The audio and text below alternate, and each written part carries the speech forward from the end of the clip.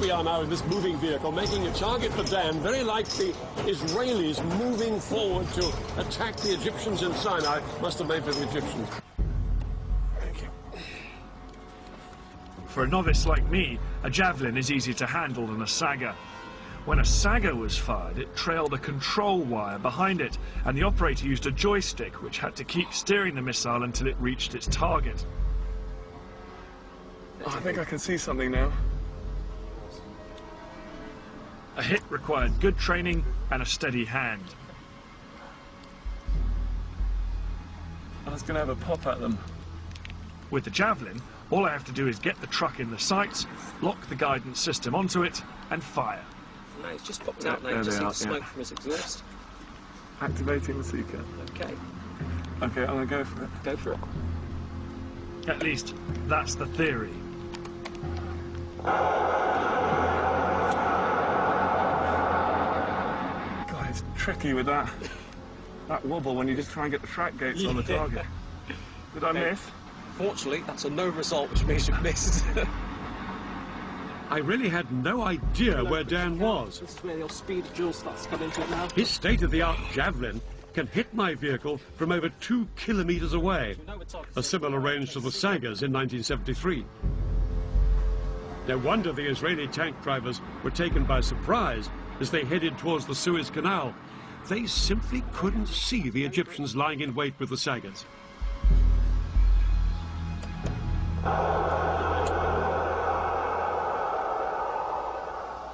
Hit. Hit. Well done. Oh, brilliant. Hey, Dad. Okay, tell me you missed us. I'm afraid to say I got a hit. You didn't? Yeah, see, look there. Hit. 700 meters. Good gracious. Yeah, I did miss the first time. You have got the most modern guided missile there, probably in the world. No, I know.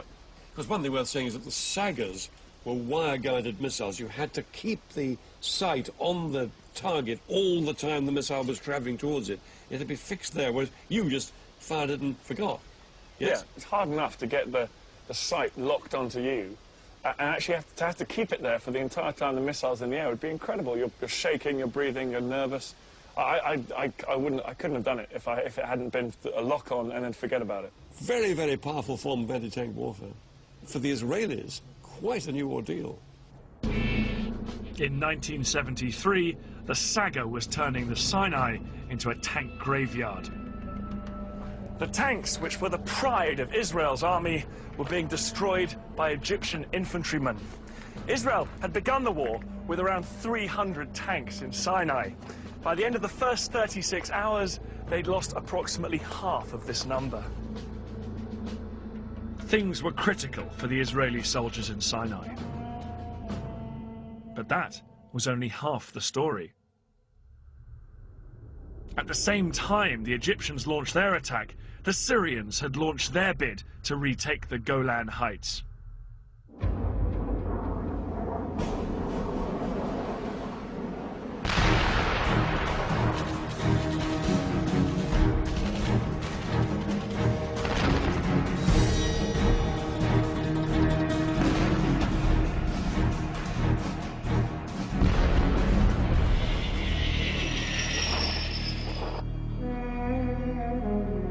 The fertile soil of this battlefront couldn't have been in greater contrast to the arid desert of the Sinai.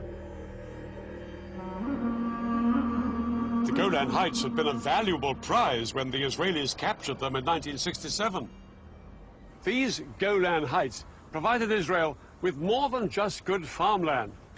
They afforded security too. This is the Golan here, once part of Syria, occupied by Israel since 1967.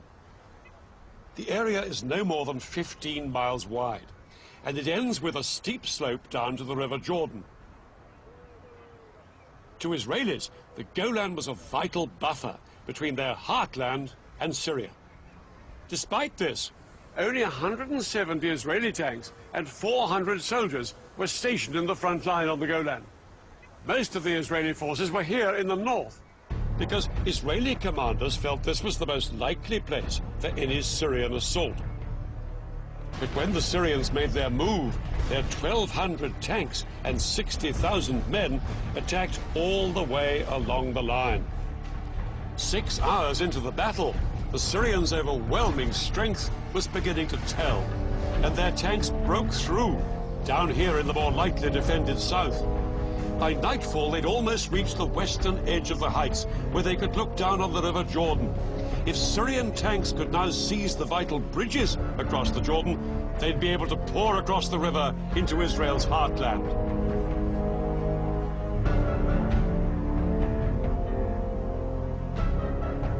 For Israeli soldiers in bunkers along the front line of the Golan Heights, the first day of the war had been a disaster.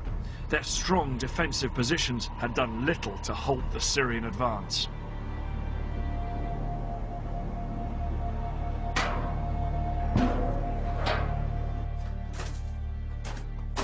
This is one of the Israeli bunkers dug in to the Golan Heights, and it's got an incredibly strong construction. It's deep underground, it's reinforced concrete, and these steel plates here as well.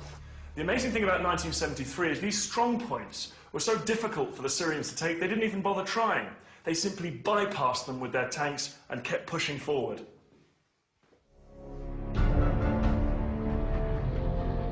By the end of the day, the Syrians had taken almost the entire southern half of the Golan Heights.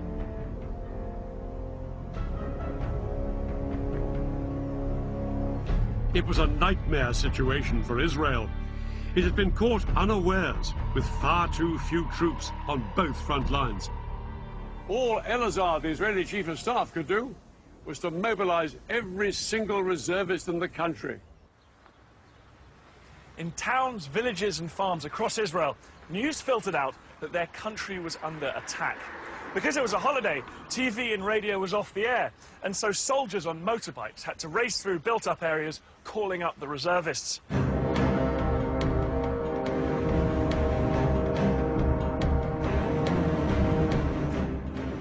I was in my kibbutz on Yom Kippur when I heard the planes taking off from the Air Force base in the area. I drove with another member of my kibbutz, who was also a company commander, to our assembly point. On the way, we said that whatever was happening, we'll probably be back home in a day or two.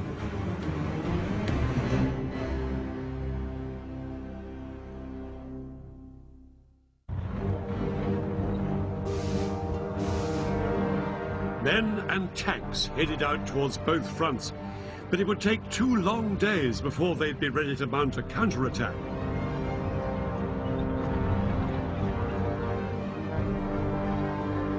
Then, on October the 8th, David Elazar announced to the world that his army had finally gone on the attack. This morning, we started our counterattack,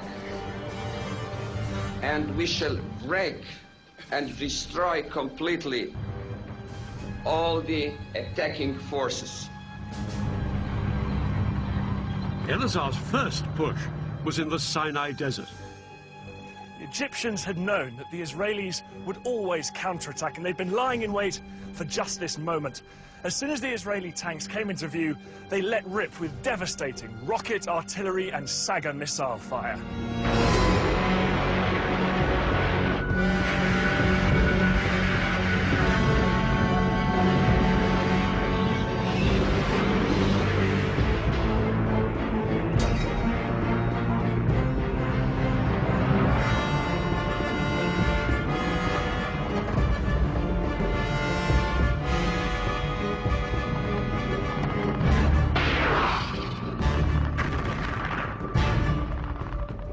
The Israelis suffered heavy casualties all day.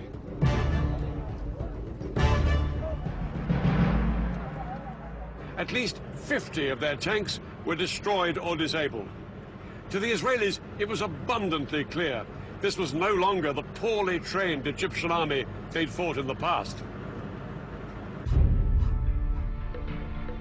By the end of the day, Israel was facing catastrophe. Israelis had believed that